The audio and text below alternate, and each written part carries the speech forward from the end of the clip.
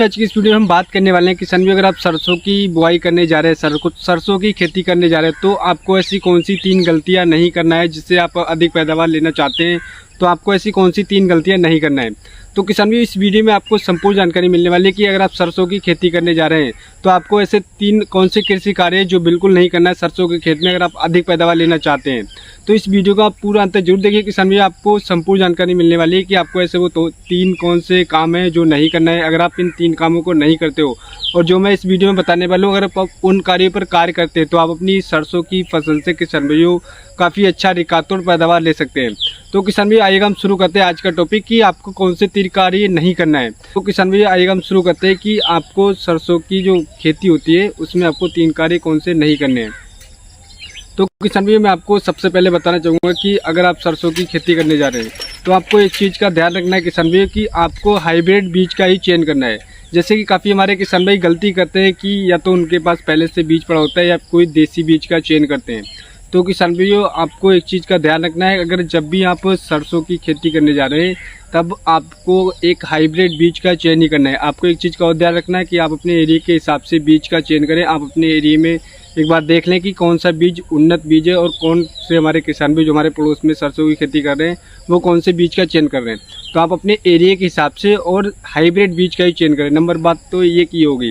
दूसरी चीज़ और मैं बताना चाहूँगा किसान भाई कि अगर आप सरसों की बुआई कर रहे हैं, बुआई अगर आप सूखे में कर रहे हैं या आप पलेबा करके कर रहे हैं या किसी भी तरीके से सरसों की बुआई कर रहे हैं तो उसमें फास्फोरस, पोटास, नाइट्रोजन एंड जो सल्फर होती है उसकी मात्रा का बेहद ध्यान रखें। काफ़ी हमारे किसान भाई इन चीज़ों का ध्यान नहीं रख पाते हैं, या तो वो सही समय पर खाद का प्रयोग नहीं करते हैं, सरसों की बुआई कर देते हैं, जिस वजह से उनकी जो दर होती है वो काफ़ी घट करके निकल करके आती है।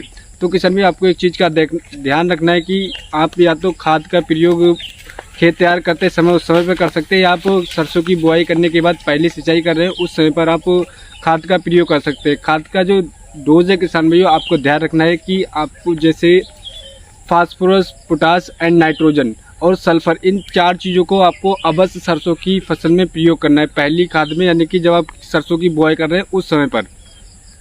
और किसान भाइयों अगर आप इन चीज़ों का प्रयोग करते हैं तो हमारी जो वेजिटेटिव ग्रोथ होती है वो वेजिटेटिव ग्रोथ अच्छी निकल करके आएगी, अच्छी तरीके से चलेगी हमारी जो सरसों की फसल।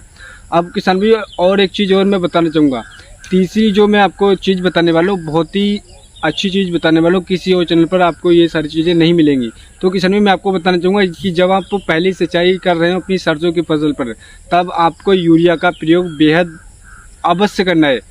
क्यों करना है किसान भाई, क्योंकि हमारी शुरुआत में हमारी सरसों की फसल होती है उसको नाइट्रोजन, फास्फोरस एंड सल्फर की सबसे ज़्यादा आवश्यकता होती है। जो तेल वर्गीय फसलें होती है, अगर आपको तेल अधिक चाहिए आपकी सरसों में पैदावार के साथ साथ तो आपको सल्फर का प्रयोग अवश्य करना है। किसान भाई जब आप सिंचाई कर रहे हो अलग अलग एरिया में अलग अलग टाइम पीरियड पे सिंचाई होती है, जब आपकी 2 से 4 पत्ती की सरसों उगकर बाहर आ जाती है उस समय पर आपको एक खाद का प्रयोग करना है। उसमें आपको करीब किसान भाई 40 से 45 किलोग्राम यूरिया 1 एकड़ के हिसाब से और करीब 20 से 25 ग्राम पोटास और 5 किलोग्राम आपको सल्फर लेना है। इन तीनों चीज़ों का मिक्स करके आप छींटा दे दीजिए किसान भाइयों, आपकी जो सरसों की जो फसल होगी वो काफ़ी अच्छी निकल करके आएगी और पिछले साल से अधिक आप मुनाफा ले पाएंगे और अधिक दर ले पाएंगे। और एक चीज़ और है, अगर आप सल्फर का प्रयोग करते हैं तो आपकी जो तेल की जो क्षमता होती है उसमें वो अधिक क्वांटिटी बढ़ जाएगी और तेल आपकी सरसों में अधिक निकलेगा। तो किसान भी इन 3 तरीकों से आप अपनी सरसों की फसल से अधिक पैदावार ले सकते हैं। एक चीज़ मैं और बताना चाहूँगा किसान भाई कि सरसों की अगर आप बुआई करने जा रहे हैं तो आप 20 अक्टूबर से पहले सरसों की बुआई कर दीजिए, क्योंकि अगर इसके बाद में हम सरसों की बुआई करते हैं तो बहुत सारी हमारी कीटनाशक फंगस हमारी सरसों की फसल पर लग जाती है, जिससे हमारी सरसों की फसल खराब हो जाती है। तो आपको इन 3-4 चीज़ों का ध्यान रखना है किसान भाई। अगर आप इन 3-4 चीज़ों का ध्यान रखते हैं और सही समय पर खाद का प्रयोग करते हैं और सही बीज का चुनाव करते हैं तो आप अपनी सरसों की फसल से अधिक पैदावार ले सकते हैं। तो अगली वीडियो में मिलते हैं किसान भाई नई वीडियो में नई जानकारी के साथ। धन्यवाद किसान भाइयों।